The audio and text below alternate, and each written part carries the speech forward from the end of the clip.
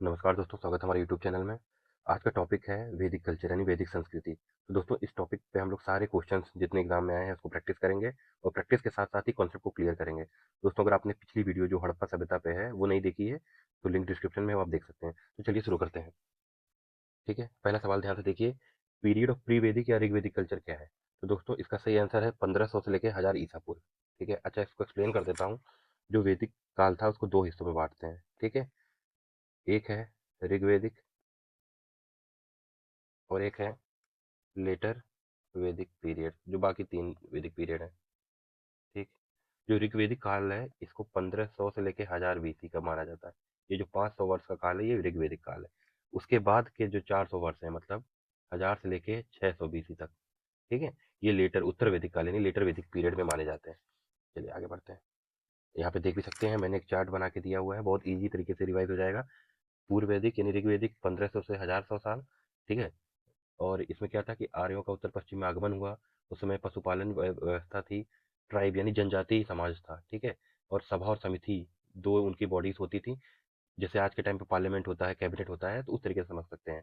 ठीक है, उसके बाद क्या है लेटर वैदिक पीरियड। ये 100 मतलब 1000 से लेकर 600 यानी 400 साल तक लेटर वैदिक उत्तर वैदिक काल था। इसमें जो तीनों वेद आते हैं, यजुर्वेद, सामवेद, अथर्ववेद। ठीक है, इसमें कृषि का थोड़ा विकास हुआ, लोहे का ज़्यादा इस्तेमाल होना स्टार्ट हो गया, और जो पहले जनपद छोटे थे वो धीरे धीरे बड़े होने लगे। ठीक है, अगला फिर है उपनिषद काल। ये 700 से 500 बीसी के बीच में है।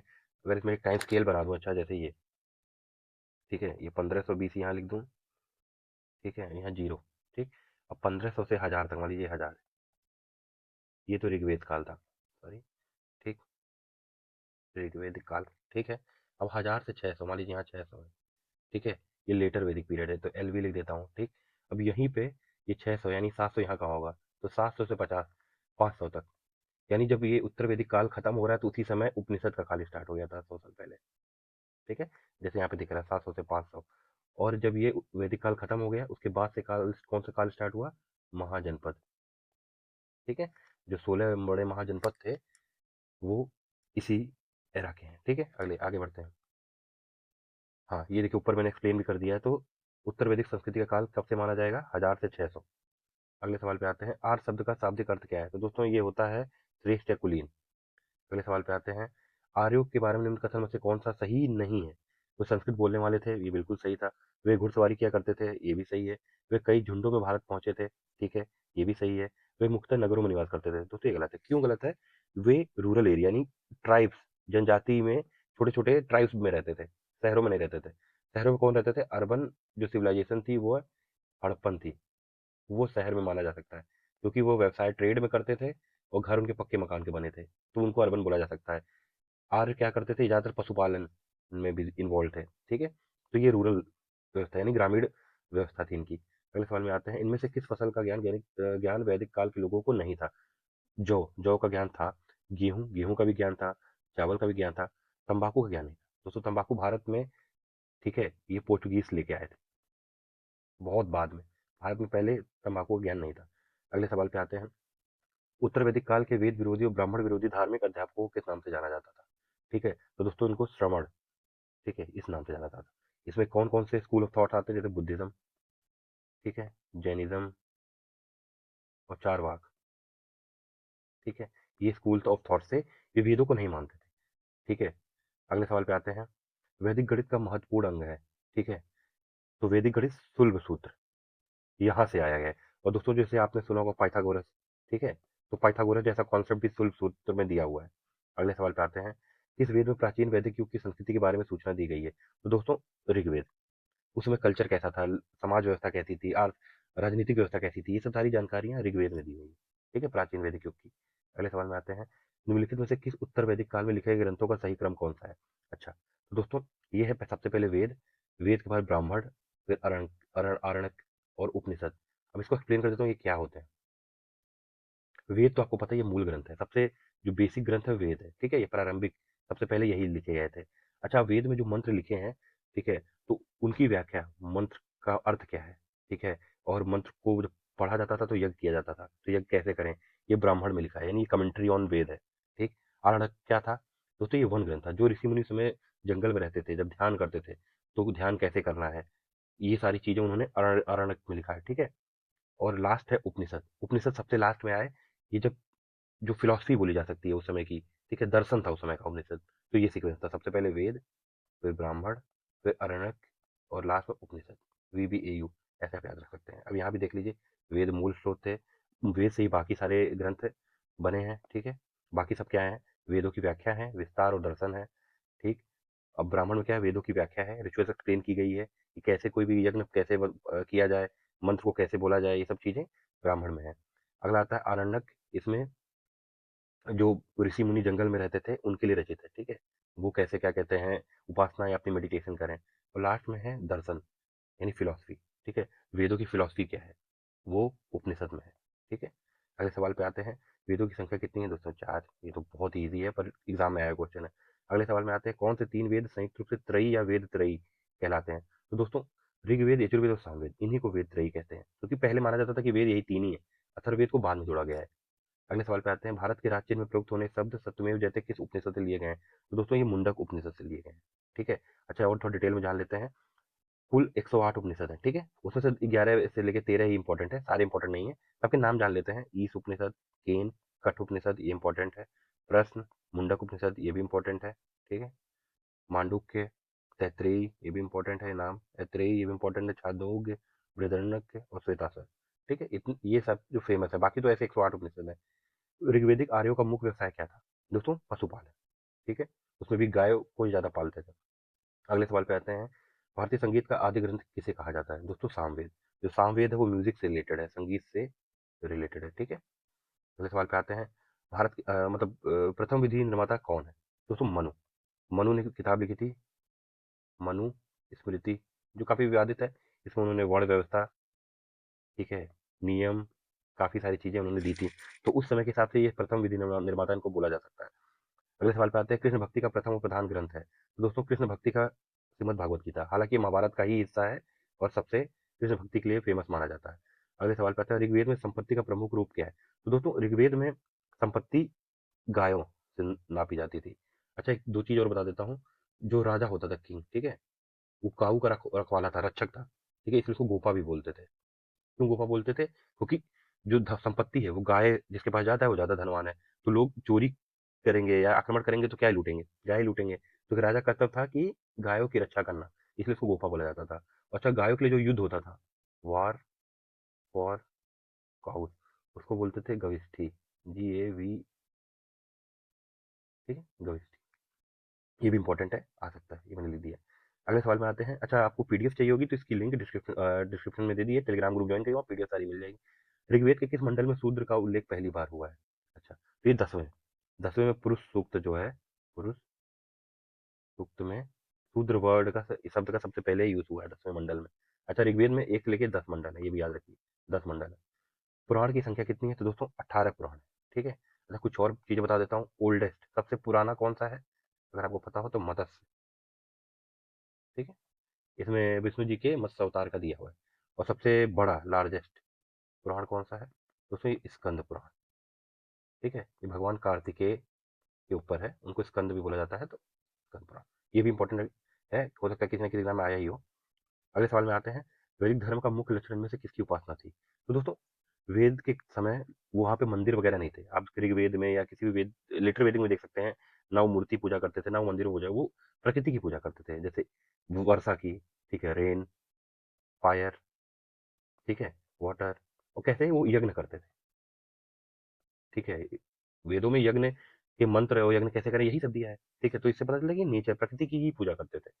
बाद में जैसे मंदिर और ये मूर्ति, ये सब धीरे धीरे जनपद काल, और जब बाद में आया तब ये सब आया है। अगले सवाल पे आते हैं। किस देवता के लिए ऋग्वेद में पुरंदर शब्द का प्रयोग हुआ है?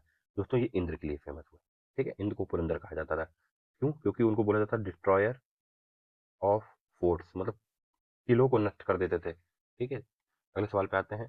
शुल्ब सूत्र से book related to which subject? अच्छा, ये ऊपर हमने देखा है, ये किससे रिलेटेड है? तो दोस्तों, ये ज्योमेट्री से रिलेटेड है, गणित में।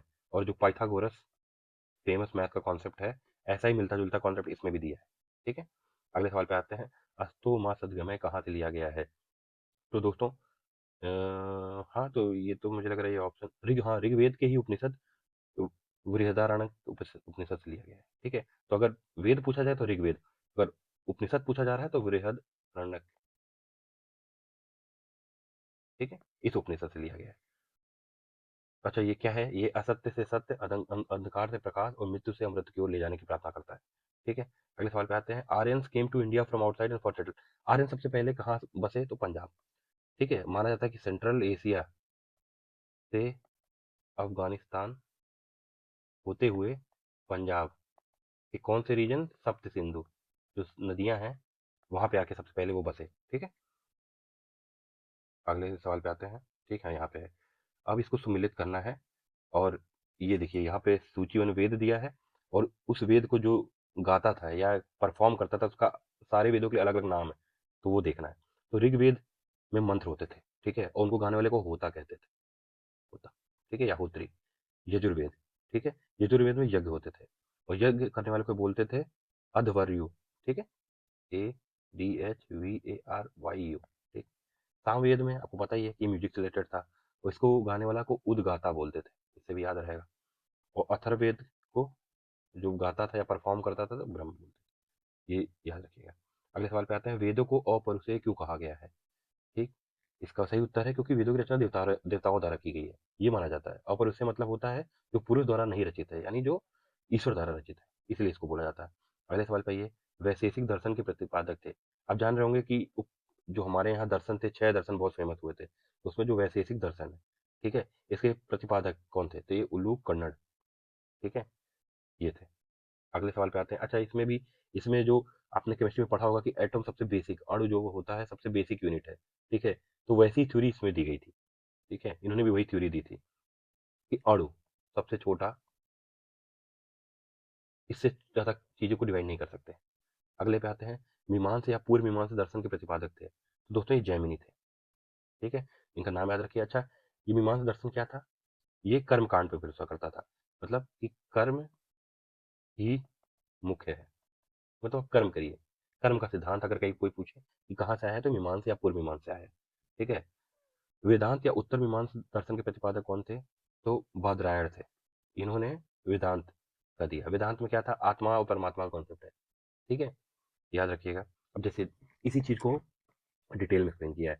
दर्शन जो था दो तरीके में बांटा गया था, आस्तिक जो वेदों को मानते हैं, ऐसे 6 दर्शन थे। नास्तिक जो वेदों को नहीं मानते हैं। अब देखिए डिटेल एक एक करके देखते हैं। सांख्य दर्शन, इसने इसको दिया था, कपिल मुनि ने सांख्य दर्शन दिया था। इसमें इन्होंने बताया था कि ब्रह्मांड के दो मूल तत्व होते हैं, पुरुष और प्रकृति। ठीक है, और सृष्टि इन्हीं दोनों के संयोग से उत्पन्न होती है। ये ईश्वर को जरूरी नहीं मानता था, वो सिर्फ ये दो तत्वों को मानता था कि पुरुष और प्रकृति हर चीज को होती है, हर चीज में। और एग्जाम्पल मैंने यहाँ पे दिया, जैसे बल्ब है, ठीक है, बल्ब है, ठीक, अब बल्ब जलता है, प्रकाश देता है, तो बिजली आएगी तभी तो प्रकाश देगा। ठीक है, तो प्रकाश पाने के लिए एक तो बल्ब का होना जरूरी है, ठीक है, जो मैटर है, ठीक, और उसकी जो बिजली है वो कॉन्सियसनेस है, चेतना है, ठीक है, तो हमको प्रकाश मिलता है। मतलब लाइट के लिए आपको बल्ब भी होना जरूरी है, और इलेक्ट्रिसिटी बिजली भी होना जरूरी है। तो यही इनकी थ्योरी थी। ठीक है, अगला आते हैं, योग दर्शन। ठीक, ये किसने दिया था, पतंजलि ने दिया था। इसमें क्या है कि मन को नियंत्रित करने से मुक्ति प्राप्त होती है, और इन्होंने अष्टांग योग के 8 नियम बताए थे, यम नियम आसन प्राणायाम प्रत्याहार धारणा ध्यान समाधि। ठीक है, जैसे कई ऐप, एक मान लीजिए आप चलाते हैं तो मोबाइल स्लो हो जाता है, ठीक है, और अगर आप रैम क्लियर कर देते हैं तो मोबाइल की स्पीड बढ़ जाती है। वैसे ही हमारे दिमाग में बहुत सारी चीजें चलती रहती है हमारे जीवन में, और अगर हम उनको हटा के अपना ध्यान किसी एक पे फोकस करें तो हमारा एकाग्रता बढ़ेगी। तो इस एग्जाम्पल से आप समझ सकते हैं योग दर्शन कहना क्या चाहता है। तीसरा है न्याय दर्शन, ये कौन दिया था, गौतम मुनि जी ने दिया था। इसमें क्या होता है कि तर्क पे ज्यादा जोर दिया जाता है, तर्क पे, प्रमाण पे। ठीक है, 4 तरीके के प्रमाण बताए गए थे, प्रत्यक्ष, जो परसेप्शन होता है, अनुमान, ठीक है, आप गेस जो करते हैं, उपमान मतलब कंपैरिजन, एक दूसरे चीज से कंपेयर करते हैं, ठीक है, और शब्द। अब जैसे कहीं धुआं उठ रहा है, ठीक है, और धुआं उठा तो आपने अनुमान लगाया, चाहो तो आग लगी हो, ठीक है, तो ये न्याय दर्शन, आप यानी न्याय दर्शन की फिलॉसफी को यूज कर रहे हैं, जो गौतम मुनि ने बताया था। उनका ये कहना था कि हर चीज में आप तर्क करिए, अनुमान लगाइए, कंपेरिजन करिए, तब किसी निष्कर्ष पर पहुंचिए। अगला है वैशेषिक दर्शन, जो भी ऊपर में देखा कणान ने दिया था। इसमें वही है कि ब्रह्मांड परमाणुओं से बना है, और 7 पदार्थ है, द्रव्य गुण कर्म सार्व विशेष समभाव अभाव। जैसे एक मकान बहुत सारी ईंट सीमेंट और रेत से मिलकर बनता है, ठीक है, तो उसको अगर आप तोड़ दिया जाए तो सिर्फ ईंट के टुकड़े आपको मिलेंगे, मकान तो नष्ट हो जाएगा। तो वैसे ही दुनिया बड़ा मकान है, और जो पदार्थ है ईंट है, और परमाणु सबसे छोटा मूल का है। ठीक है, अगर मान लो घर टूट जाता है तो ईंट बच जाती है, वैसे अगर दुनिया का हर चीज टूटे तो परमाणु बचेगा। तो यही वैशेषिक दर्शन का मूल सिद्धांत है, तो कर्नाड ने दिया था।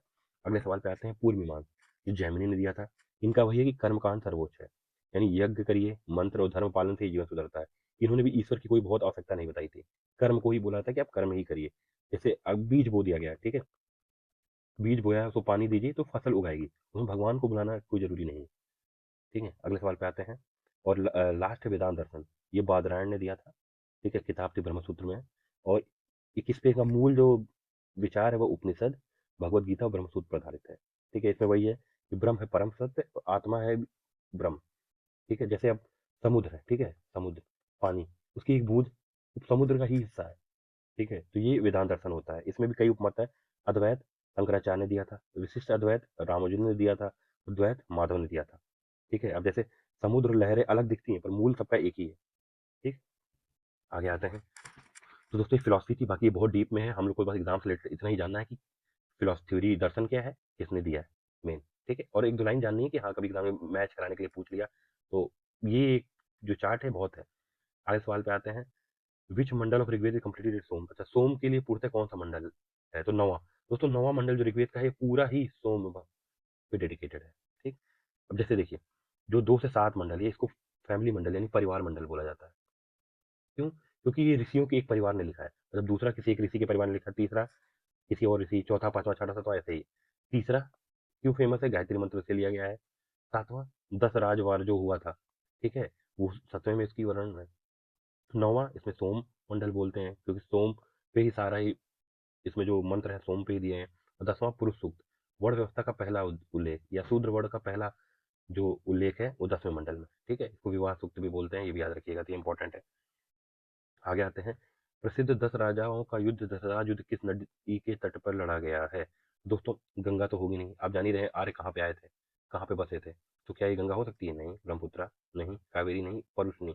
अच्छा ये है परुष्णी का आज का नाम क्या है, आज के युग में इसको क्या बोलते हैं दोस्तों, इसको रवि। जो रावी नदी है वो परुष्णी है। अच्छा ये भी याद रखिए, मैंने सारी नदियों के पुराने नाम दे दिए हैं, ये भी एग्जाम में पूछता है। जैसे जो ब्यास नदी है उसको पहले विपाशा बोला जाता था, जो आज सतलज है पहले उसको सुतुद्री कहा जाता था, जो आज की यूपी झेलम है उसका वैदिक नाम वितस्ता था, चेनाब का वैदिक नाम आस्किनी था, और जो गोमती नदी है, यूपी वाली नहीं, गोमती जो अफगानिस्तान में बहती है, उसका पहले नाम गोमल था। ठीक है, तो ये याद रखिएगा, ये भी एग्जाम में डायरेक्ट आता है सवाल, वेरी वेरी इंपॉर्टेंट है। अगले सवाल में आते हैं, धर्म शास्त्रों में भू राजस्व की दर क्या है। दोस्तों 1/6, मतलब 1/6 हिस्सा राजा को दिया, दान दिया जाता था, राजा उससे सेना बनाता था और लोगों पे खर्च करता था। ठीक है, तो धर्मशास्त्र में 1/6 दिया गया है, यही बाद में मौर्य समाज में 1/6 ही रहा। अगले सवाल पे आते हैं। 800 ईसा पूर्व से लेकर 600 ईसा पूर्व किस युग से रिलेटेड है, तो दोस्तों ये ब्राह्मण एरा, यानी जब ब्राह्मण लिखे गए थे। जैसे पहले आपको पता है कि वेद, फिर ब्राह्मण, फिर अरण्यक और लास्ट में उपनिषद। ठीक है, तो ये वाला काल ब्राह्मण काल था। अगले सवाल पे आते हैं, किस काल में अछूत की अवधारणा स्पष्ट रूप से उदित हुई। ठीक है, तो दोस्तों ऋग्वेदिक काल में वर्ण व्यवस्था थी पर अछूत छूत जैसा कुछ नहीं था, वैदिक पीरियड में भी नहीं। ये जो धर्मशास्त्र का पीरियड था, यहाँ पे ये चीजों का कॉन्सेप्ट हमारे समाज में आया। अगले सवाल पे आते हैं। एशिया माइनर स्थित बोगा जकोई का महत्व इसलिए है, क्यों है, जो बोगा जकोई है एशिया माइनर यानी सेंट्रल एशिया में है, इसका ये इंपॉर्टेंट क्यों है। दोस्तों वहाँ जो अभिलेख प्राप्त हुए में 4 वैदिक देवताओं, मतलब वैदिक देवताओं का वर्णन वहाँ पे मिला, वहाँ के इंस्क्रिप्शन पे, अभिलेख पे। तो इससे पता चलता है कि जो हमारे यहाँ का आर्यन हो सकता है यहाँ वहाँ से यहाँ आए हो, या यहाँ से वहाँ का कोई संपर्क रहा हो, तो ये चीजें पता चलती हैं। अगले सवाल पे आते हैं। गायत्री मंत्र किस पुस्तक से मिलता है, दोस्तों ऋग्वेद। ठीक है, ऋग्वेद के तीसरे मंडल में गायत्री मंत्र दिया है, याद रखिएगा। ये देवी सावित्री यानी जो भोर की देवी हैं उनके लिए है। अगले सवाल पे आते हैं। न्याय दर्शन को प्रचारित किया था, तुम लोग पर देखा है, न्याय दर्शन गौतम मुनि ने प्रचारित किया था, न्याय दर्शन। ठीक है, अगले सवाल पे आते हैं। प्राचीन भारत में निष्क से जाने जाते थे, तो दोस्तों निष्क क्या होता था, स्वर्ण आभूषण को निष्क कहते थे। ठीक है, ये कई बार पूछा गया, याद रखिएगा। अगला आता है, योग दर्शन के प्रतिपादक कौन थे, तो पतंजलि जी थे, ये भी ऊपर हमने देख लिया है। अगले सवाल पे आते हैं। उपनिषद उपनिषद पुस्तकें हैं, दोस्तों ये दर्शन की पुस्तकें हैं, ना ये रिलीजन की, ना योग, ना लॉ, ये दर्शन की पुस्तकें हैं। अगले सवाल पे आते हैं। सूची मिलाना है, फिर देखिए। तो ऊपर हमने देख ही लिया था, ऋग्वेद क्या है, ठीक है, स्रोत और प्रार्थनाएं हैं। सामवेद क्या है, म्यूजिक से रिलेटेड है। अथर्ववेद क्या है, तंत्र मंत्र वशीकरण है। ठीक है, और यजुर्वेद क्या है, सोर्स रिचुअल है। ठीक, अगले पे आते हैं। आरंभिक वैदिक साहित्य में सर्वाधिक वर्णित नदी क्या है, तो दोस्तों सिंधु नदी का सबसे ज्यादा वर्णन वेद में है। और सरस्वती नदी क्या थी, सबसे होली रिवर थी। गंगा जी का नाम उतना नहीं था, एक बात है था, ठीक है, ये क्या 3 बार मुझे याद नहीं आ रहा है, आप लोग कमेंट बॉक्स में बता सकते हैं कितनी बार गंगा नदी का वर्णन है, पर सबसे ज्यादा सिंधु नदी का। अगले सवाल पे आते हैं, उपनिषद काल के राजा अशुपति शासक थे दोस्तों, के राज के थे। जो वेद में राजा अशुपति हैं वो के राज के हैं। अगले सवाल पे आते हैं, आध्यात्म ज्ञान के विषय में नचिकेता और यम का संवाद किस उपनिषद में प्राप्त होता है? दोस्तों ये कथा, सॉरी, कठोपनिषद में होता है। ठीक है, नचिकेता और यम का एक संवाद होता है। ठीक है, मृत्यु के बाद जीवन कैसे होगा, कहाँ आदमी जाता है, इससे रिलेटेड था, तो ये कठोपनिषद में दिया है। अगले सवाल पे आते हैं, वैदिक नदी कुंभा का, या जो आज के टाइम की काबुल नदी है, का स्थान कहाँ निर्धारित होना चाहिए? तो उसे अफगानिस्तान में है। ठीक है, अगले सवाल पे आते हैं, कपिल मुनि द्वारा प्रतिपादित दर्शन प्रणाली क्या है? तो दोस्तों ये ऊपर हमने देखा है सांख्य दर्शन, कपिल मुनि ने सांख्य दर्शन दिया है। ठीक, अगले सवाल पे आते हैं, भारत के किस स्थल की खुदाई से लौह धातु के प्रचलन के दोस्तों ये अतरंजी खेड़ा जो यूपी में है। ठीक है, ये लेटर वैदिक काल, मतलब उत्तर वैदिक काल के में ये पता चला कि वो लोहे धातु को कई सारे टूल्स बनाते थे। ठीक, अतरंजी खेड़ा। अगले सवाल पे आते हैं, ऋग्वेद में किसका संकलन ऋग्वेद पर आधारित है? तो दोस्तों सामवेद। जो ऋग्वेद मंत्र है, ठीक है, सेम काफी सारे सामवेद में वैसे के वैसे रखे गए हैं, बस ये कि म्यूजिकल फॉर्मेट में कि कैसे इसको गाया जाए। ठीक है, अगले सवाल पे आते हैं, निम्नलिखित में से कौन प्रस्थान त्रयी में शामिल नहीं है? दोस्तों भागवत। ठीक है, ये प्रस्थान त्रयी में शामिल नहीं है। अगले सवाल पे आते हैं, कर्म का सिद्धांत संबंधित है? तो दोस्तों अभी हमने देखा था पूर्व मीमांसा, यानी मीमांसा में कर्म कांड से रिलेटेड ही है कि कर्म करिए, ये जो सिद्धांत है ये मीमांसा से लिया गया है। अगले सवाल पे आते हैं, ये देखिए दो लिस्ट है, फिर से मिलाना है तो ऊपर हमने देखा था, फिर से देखने की कोई जरूरत नहीं है, चलो मैं बता ही देता हूँ। अथर्ववेद ये औषधियों से संबंधित है। ठीक है, ऋग्वेद ईश्वर महिमा से रिलेटेड है। यजुर्वेद, ठीक है, बलिदान विधि यज्ञ विधि से रिलेटेड है। और सामवेद म्यूजिक से रिलेटेड है। याद रखिएगा, देखिए कई बार ये रिपीट हुआ है ये वेदों के बारे में, तो इस सवाल को अच्छे से पढ़ लीजिएगा।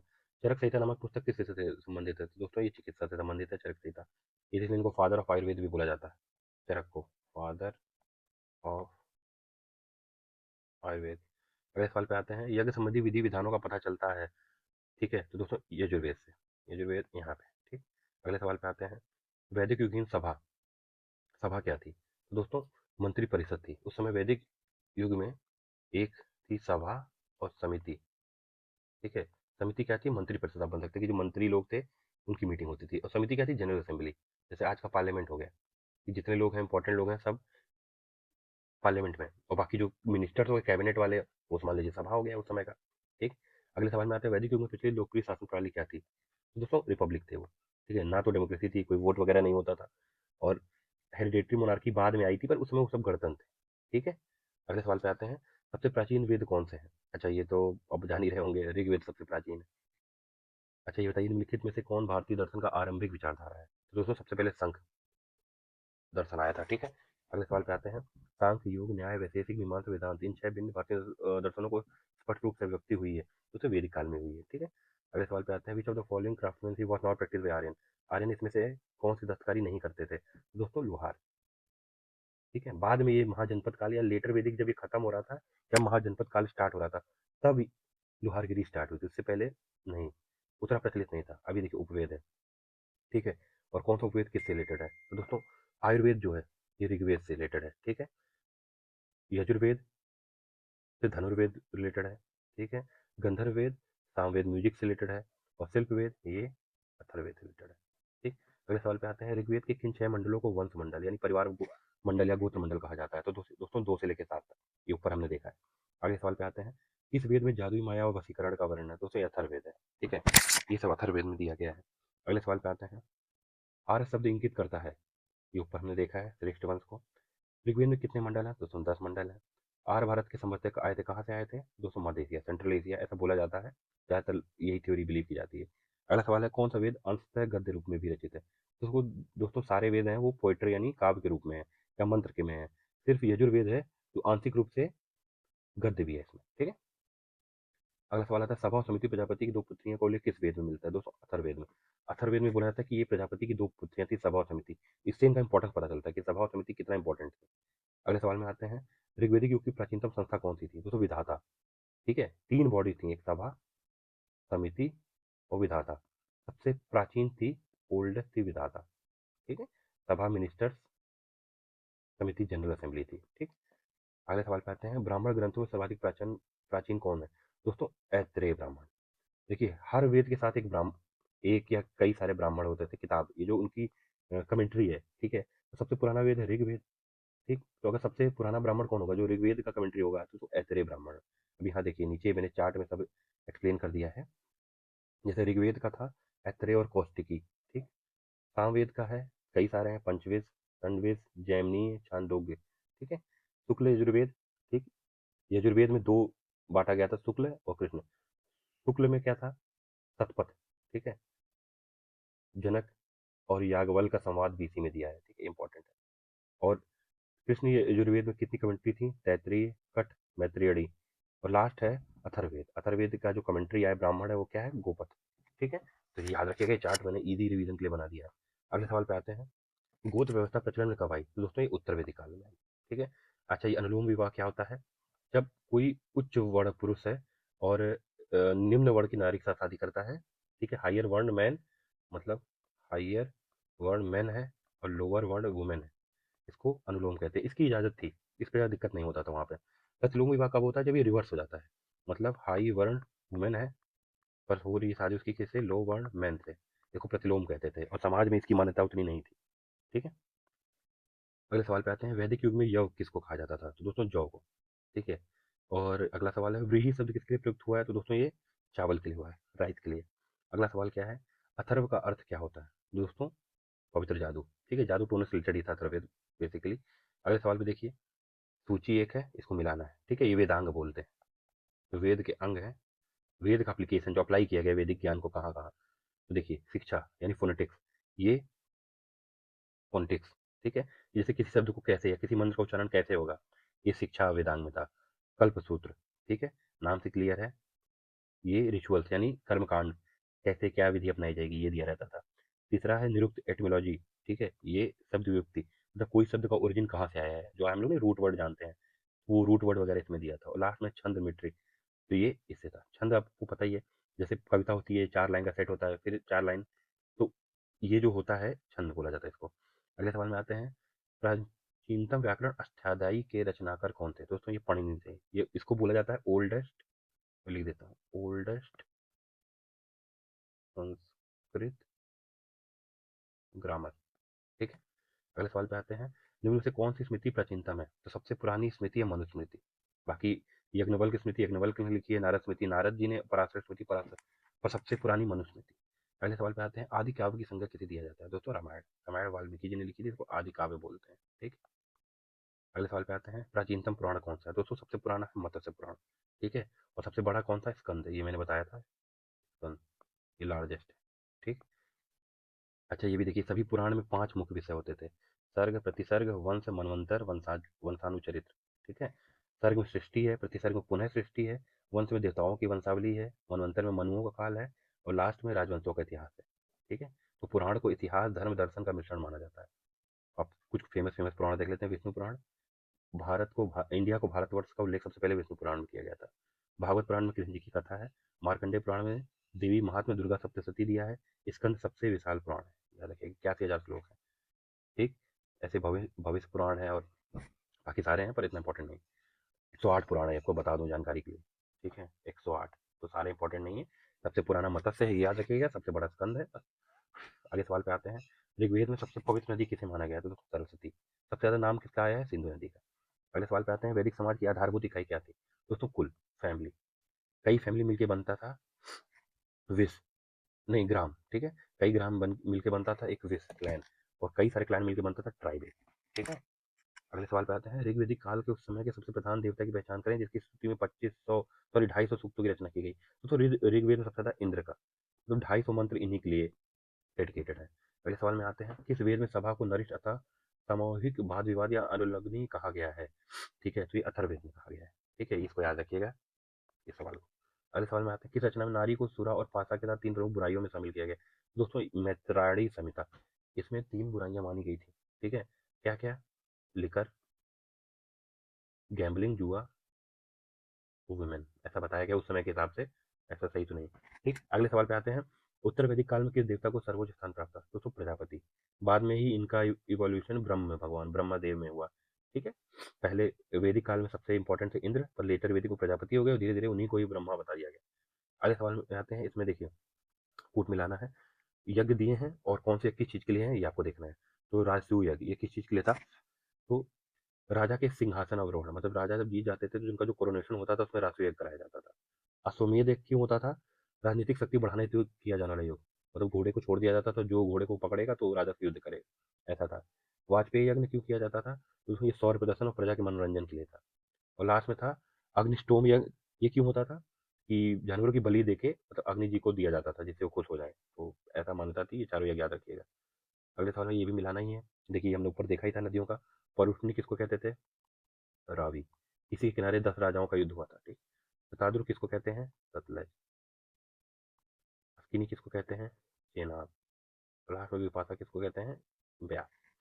अगले सवाल पे आते हैं। संस्कारों की कुल संख्या दोस्तों हमारे धर्म में 16 संस्कार होते हैं, ठीक। जैसे गर्भधान, नामकरण, इस तरीके से। अगले सवाल पे आते हैं। विवाह को मिलाना है, ठीक है। अब ब्रह्म विवाह किसको कहते थे?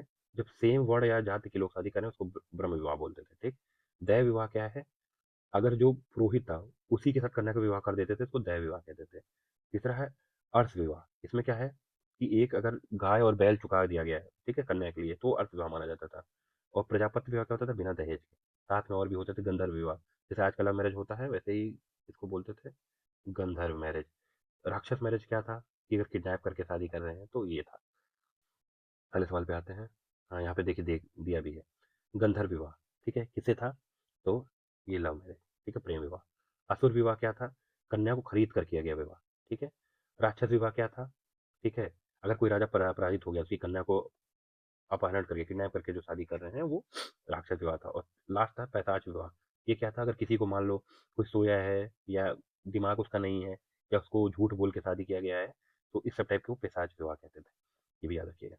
अगले सवाल में आते हैं। तीन ऋण में शामिल नहीं है, ठीक है, तो मातृ ऋण। जो फेमस तीन ऋण होते हैं जैसे देव ऋण, पितृ ऋण और सेज ऋण, इसमें मातृ ऋण नहीं आता है। ये उस समय की थ्योरी थी। आगे बढ़ते हैं। ऋग्वैदिक काल से संबंधित मृदुभान संस्कृति है।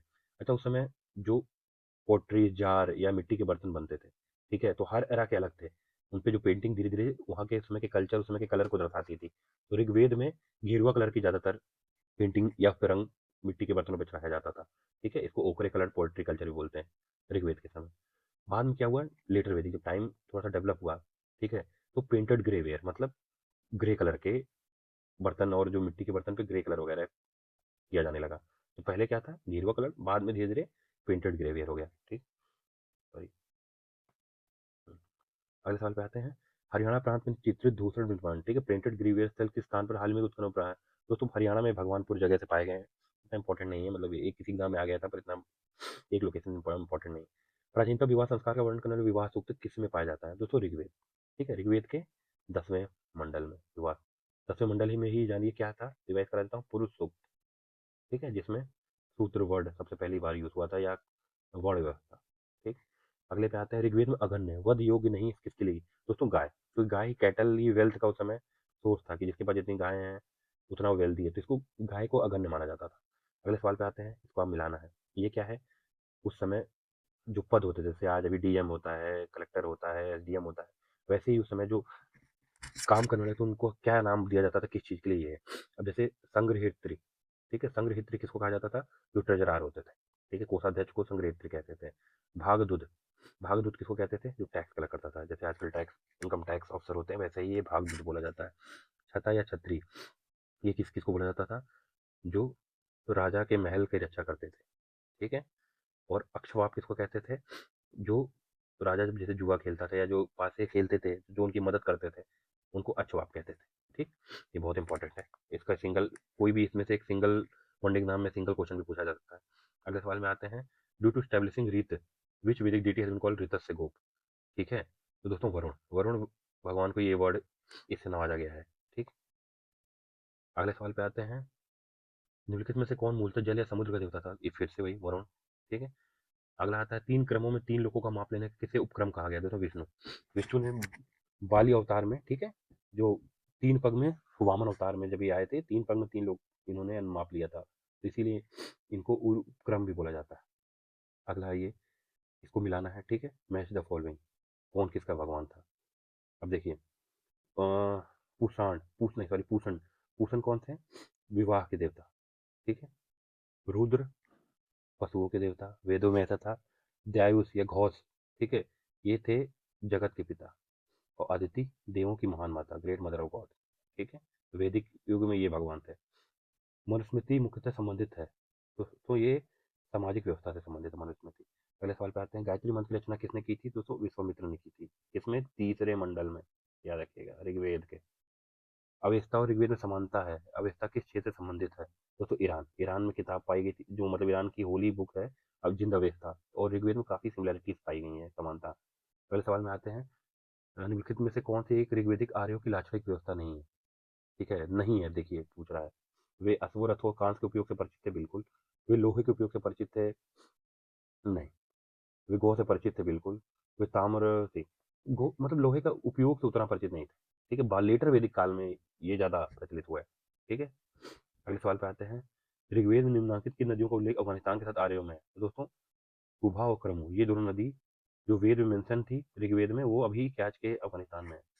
आगे सवाल पे आते हैं, धर्म तथा ऋतु भारत की प्राचीन वैदिक संस्कृति के केंद्रीय विचार को चित्रित करता है। इस संदर्भ में निम्नलिखित कथनों पर विचार करिए। ठीक है, पहला कथन क्या है? धर्म व्यक्ति के दायित्वों, स्वयं तथा दूसरों के प्रति व्यक्तिगत कर्तव्यों की संकल्पना थी। ये सही है।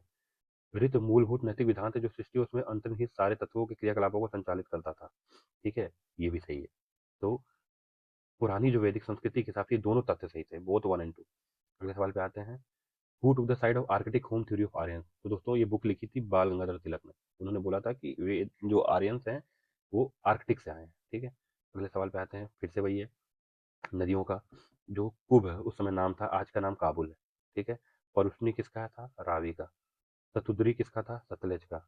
और सदानीरा किसका था? गंडक नदी का। आगे आते हैं, ऋग्वेद में कितने सूक्त थे या मंत्र थे? 1028। उसमें से 250 इसके लिए थे, इंद्र के लिए। अभी आता है, पूर्व वैदिक आर्यों का धर्म प्रमुखतः क्या था?